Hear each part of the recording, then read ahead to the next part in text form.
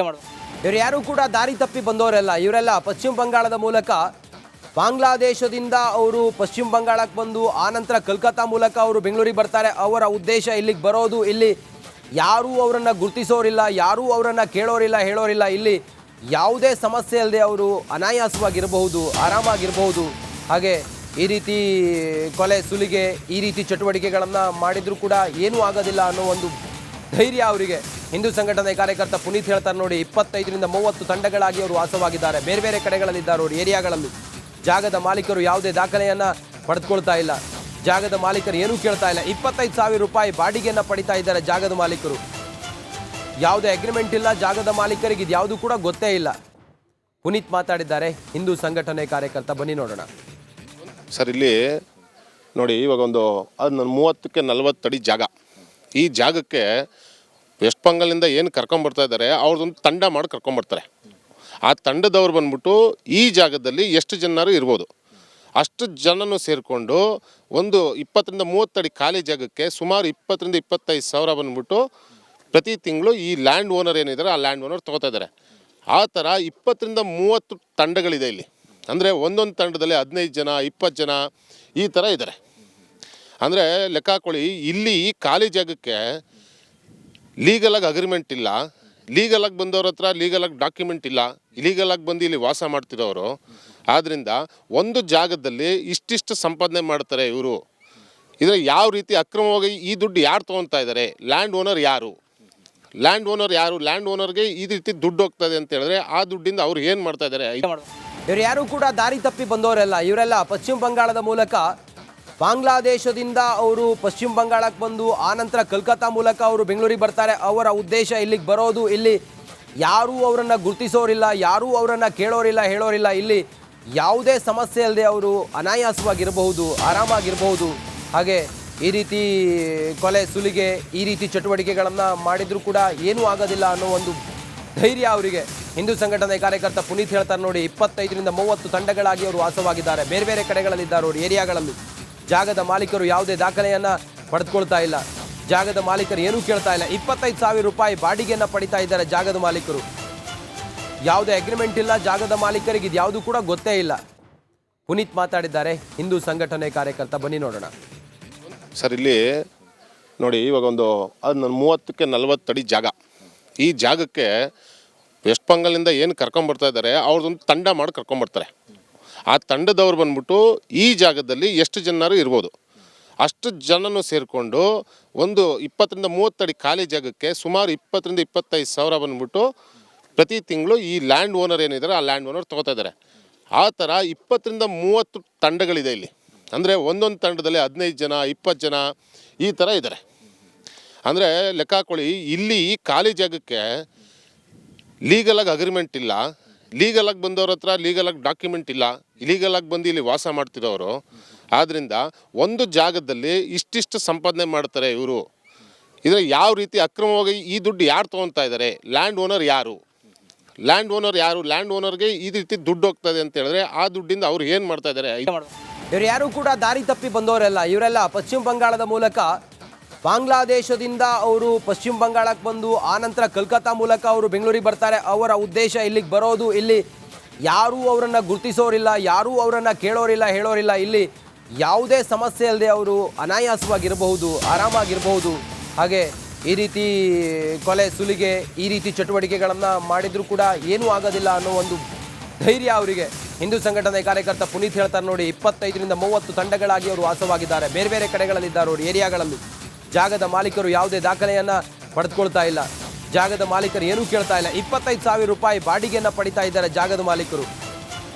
ಯಾವುದೇ ಅಗ್ರಿಮೆಂಟ್ ಇಲ್ಲ ಜಾಗದ ಮಾಲೀಕರಿಗೆ, ಇದು ಯಾವುದು ಕೂಡ ಗೊತ್ತೇ ಇಲ್ಲ. ಪುನೀತ್ ಮಾತಾಡಿದ್ದಾರೆ, ಹಿಂದೂ ಸಂಘಟನೆ ಕಾರ್ಯಕರ್ತ. ಬನ್ನಿ ನೋಡೋಣ ಸರ್. ಇಲ್ಲಿ ನೋಡಿ, ಇವಾಗ ಒಂದು 30ಕ್ಕೆ 40 ಅಡಿ ಜಾಗ. ಈ ಜಾಗಕ್ಕೆ ವೆಸ್ಟ್ ಬೆಂಗಾಲಿಂದ ಏನು ಕರ್ಕೊಂಬರ್ತಾ ಇದ್ದಾರೆ, ಅವ್ರದ್ದೊಂದು ತಂಡ ಮಾಡಿ ಕರ್ಕೊಂಬರ್ತಾರೆ.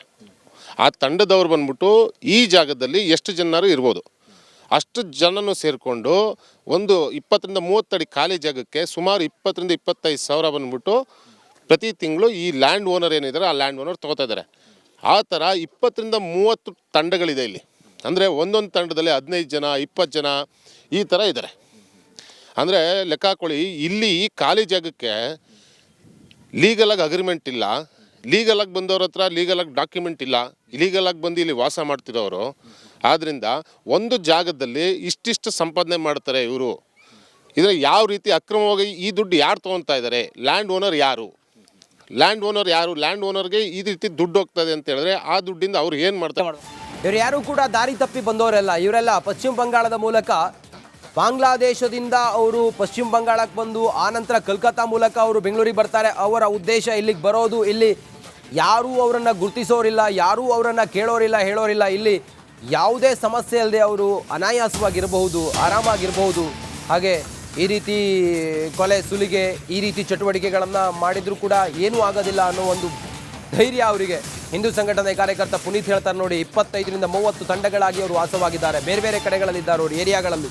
ಜಾಗದ ಮಾಲೀಕರು ಯಾವುದೇ ದಾಖಲೆಯನ್ನು ಪಡೆದುಕೊಳ್ತಾ ಇಲ್ಲ.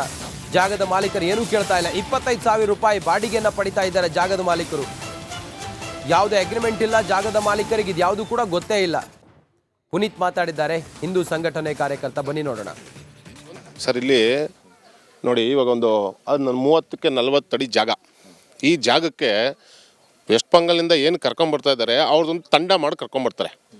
ಆ ತಂಡದವ್ರು ಬಂದ್ಬಿಟ್ಟು ಈ ಜಾಗದಲ್ಲಿ ಎಷ್ಟು ಜನರು ಇರ್ಬೋದು ಅಷ್ಟು ಜನನೂ ಸೇರಿಕೊಂಡು ಒಂದು 20ರಿಂದ 30 ಅಡಿ ಖಾಲಿ ಜಾಗಕ್ಕೆ ಸುಮಾರು 20ರಿಂದ 25 ಸಾವಿರ ಬಂದ್ಬಿಟ್ಟು ಪ್ರತಿ ತಿಂಗಳು ಈ ಲ್ಯಾಂಡ್ ಓನರ್ ಏನಿದ್ದಾರೆ ಆ ಲ್ಯಾಂಡ್ ಓನರ್ ತೊಗೋತಾ ಇದ್ದಾರೆ.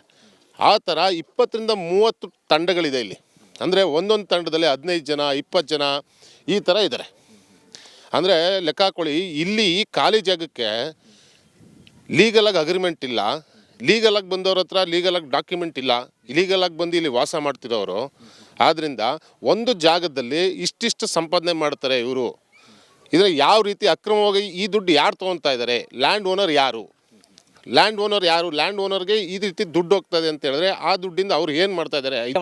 ಇವ್ರು ಯಾರು ಕೂಡ ದಾರಿ ತಪ್ಪಿ ಬಂದವರೆಲ್ಲ. ಇವರೆಲ್ಲ ಪಶ್ಚಿಮ ಬಂಗಾಳದ ಮೂಲಕ ಬಾಂಗ್ಲಾದೇಶದಿಂದ ಅವರು ಪಶ್ಚಿಮ ಬಂಗಾಳಕ್ಕೆ ಬಂದು ಆನಂತರ ಕಲ್ಕತ್ತಾ ಮೂಲಕ ಅವರು ಬೆಂಗಳೂರಿಗೆ ಬರ್ತಾರೆ. ಅವರ ಉದ್ದೇಶ ಇಲ್ಲಿಗೆ ಬರೋದು, ಇಲ್ಲಿ ಯಾರೂ ಅವರನ್ನು ಗುರುತಿಸೋರಿಲ್ಲ, ಯಾರೂ ಅವರನ್ನು ಕೇಳೋರಿಲ್ಲ, ಹೇಳೋರಿಲ್ಲ. ಇಲ್ಲಿ ಯಾವುದೇ ಸಮಸ್ಯೆ ಇಲ್ಲದೆ ಅವರು ಅನಾಯಾಸವಾಗಿರಬಹುದು, ಆರಾಮಾಗಿರಬಹುದು. ಹಾಗೆ ಈ ರೀತಿ ಕೊಲೆ ಸುಲಿಗೆ ಈ ರೀತಿ ಚಟುವಟಿಕೆಗಳನ್ನು ಮಾಡಿದರೂ ಕೂಡ ಏನೂ ಆಗೋದಿಲ್ಲ ಅನ್ನೋ ಒಂದು ಧೈರ್ಯ ಅವರಿಗೆ. ಹಿಂದೂ ಸಂಘಟನೆ ಕಾರ್ಯಕರ್ತ ಪುನೀತ್ ಹೇಳ್ತಾರೆ ನೋಡಿ, 25ರಿಂದ 30 ತಂಡಗಳಾಗಿ ಅವರು ವಾಸವಾಗಿದ್ದಾರೆ. ಬೇರೆ ಬೇರೆ ಕಡೆಗಳಲ್ಲಿದ್ದಾರೆ ಅವರು ಏರಿಯಾಗಳಲ್ಲಿ. ಜಾಗದ ಮಾಲೀಕರು ಯಾವುದೇ ದಾಖಲೆಯನ್ನು ಪಡೆದುಕೊಳ್ತಾ ಇಲ್ಲ. ಜಾಗದ ಮಾಲೀಕರು ಏನೂ ಕೇಳ್ತಾ ಇಲ್ಲ. 25,000 ರೂಪಾಯಿ ಬಾಡಿಗೆಯನ್ನು ಪಡಿತಾ ಇದ್ದಾರೆ ಜಾಗದ ಮಾಲೀಕರು. ಯಾವುದೇ ಅಗ್ರಿಮೆಂಟ್ ಇಲ್ಲ ಜಾಗದ ಮಾಲೀಕರಿಗೆ, ಇದು ಯಾವುದೂ ಕೂಡ ಗೊತ್ತೇ ಇಲ್ಲ. ಪುನೀತ್ ಮಾತಾಡಿದ್ದಾರೆ, ಹಿಂದೂ ಸಂಘಟನೆ ಕಾರ್ಯಕರ್ತ. ಬನ್ನಿ ನೋಡೋಣ. ಸರ್, ಇಲ್ಲಿ ನೋಡಿ, ಇವಾಗ ಒಂದು 30ಕ್ಕೆ 40 ಅಡಿ ಜಾಗ. ಈ ಜಾಗಕ್ಕೆ ವೆಸ್ಟ್ ಬೆಂಗಾಲಿಂದ ಏನು ಕರ್ಕೊಂಬರ್ತಾ ಇದ್ದಾರೆ ಅವ್ರದ್ದೊಂದು ತಂಡ ಮಾಡಿ ಕರ್ಕೊಂಬರ್ತಾರೆ. ಆ ತಂಡದವ್ರು ಬಂದ್ಬಿಟ್ಟು ಈ ಜಾಗದಲ್ಲಿ ಎಷ್ಟು ಜನರು ಇರ್ಬೋದು ಅಷ್ಟು ಜನನೂ ಸೇರಿಕೊಂಡು ಒಂದು 20ರಿಂದ 30 ಅಡಿ ಖಾಲಿ ಜಾಗಕ್ಕೆ ಸುಮಾರು 20ರಿಂದ 25 ಸಾವಿರ ಬಂದ್ಬಿಟ್ಟು ಪ್ರತಿ ತಿಂಗಳು ಈ ಲ್ಯಾಂಡ್ ಓನರ್ ಏನಿದ್ದಾರೆ ಆ ಲ್ಯಾಂಡ್ ಓನರ್ ತೊಗೋತಾ ಇದ್ದಾರೆ. ಆ ಥರ 20ರಿಂದ 30 ತಂಡಗಳಿದೆ ಇಲ್ಲಿ. ಅಂದರೆ ಒಂದೊಂದು ತಂಡದಲ್ಲಿ 15 ಜನ 20 ಜನ ಈ ಥರ ಇದ್ದಾರೆ. ಅಂದರೆ ಲೆಕ್ಕ ಹಾಕೊಳ್ಳಿ, ಇಲ್ಲಿ ಈ ಖಾಲಿ ಜಾಗಕ್ಕೆ ಲೀಗಲಾಗಿ ಅಗ್ರಿಮೆಂಟ್ ಇಲ್ಲ, ಲೀಗಲಾಗಿ ಬಂದವ್ರ ಹತ್ರ ಲೀಗಲಾಗಿ ಡಾಕ್ಯುಮೆಂಟ್ ಇಲ್ಲ, ಇಲೀಗಲಾಗಿ ಬಂದು ಇಲ್ಲಿ ವಾಸ ಮಾಡ್ತಿರೋರು. ಆದ್ದರಿಂದ ಒಂದು ಜಾಗದಲ್ಲಿ ಇಷ್ಟಿಷ್ಟು ಸಂಪಾದನೆ ಮಾಡ್ತಾರೆ ಇವರು. ಇದರ ಯಾವ ರೀತಿ ಅಕ್ರಮವಾಗಿ ಈ ದುಡ್ಡು ಯಾರು ತೊಗೊತಾ ಇದ್ದಾರೆ? ಲ್ಯಾಂಡ್ ಓನರ್ ಯಾರು? ಲ್ಯಾಂಡ್ ಓನರ್ಗೆ ಈ ರೀತಿ ದುಡ್ಡು ಹೋಗ್ತದೆ ಅಂತ ಹೇಳಿದ್ರೆ ಆ ದುಡ್ಡಿಂದ ಅವ್ರು ಏನು ಮಾಡ್ತಾ ಇದ್ದಾರೆ?